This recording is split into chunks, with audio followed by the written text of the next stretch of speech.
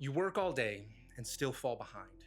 You plan your week, you stay busy, you feel productive, but every day your goals get further away. You've been told it takes 10-hour workdays, perfect routines, and complicated habit trackers to fix this. And that's the lie. The real problem isn't effort, it's how you do the work. And today, I'm sharing 6 simple habits that completely change how you work every day. And if you apply even one, those small changes will start to snowball into massive results. Number 1, decide on the one thing that you will get done the night before. Your brain is exhausted with the dozens of tiny choices you make every day.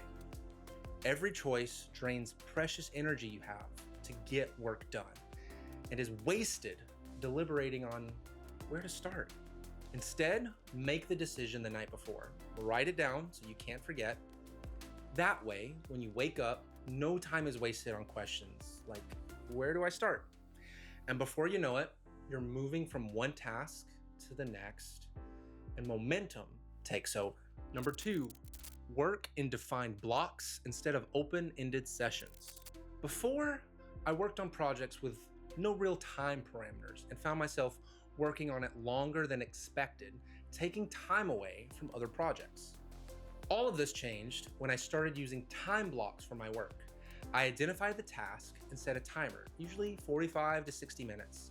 When the timer ended, I would quickly decide to either move on or schedule additional time. There was no more ambiguity with what it was I was doing and when I was doing it. Having these mini timer deadlines pushed me to stay focused and work more efficiently. I spent less time on my phone or on other distractions because I knew I only had X minutes left to work.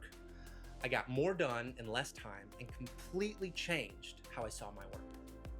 Number 3, I set time to work out my sessions to-dos. Is this ever you? You sit down at your desk, open your laptop, and start working right away, without any clear direction or desired destination. And when you finish, you don't even know what you accomplished. Taking 5 minutes to map out your day or work session can turn all of that frustration around. The first thing I do each day is map out my day. Usually I start with crafting the landmarks of my day. These are must-do tasks. I can set these landmarks to times of the day and can add all the other tasks in the in-between times. This helps me stay driven, remain flexible, and left with a list of what was actually accomplished for the day. Number 4, I call it finished at 80%. The Pareto principle states that roughly 80% of results come from 20% of actions. But most of us act like the opposite is true.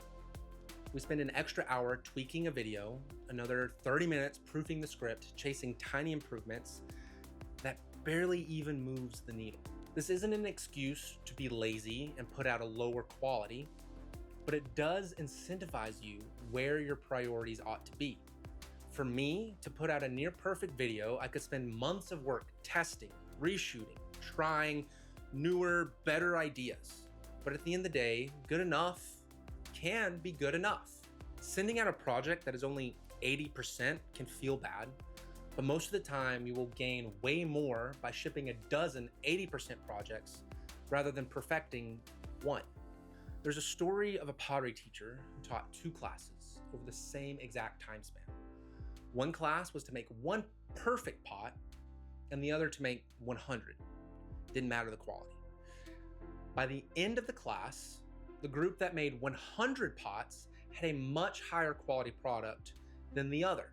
This goes to show that constant practice leads to greater skill, while perfectionism leads to paralysis. Number 5, close all tabs and windows before I start.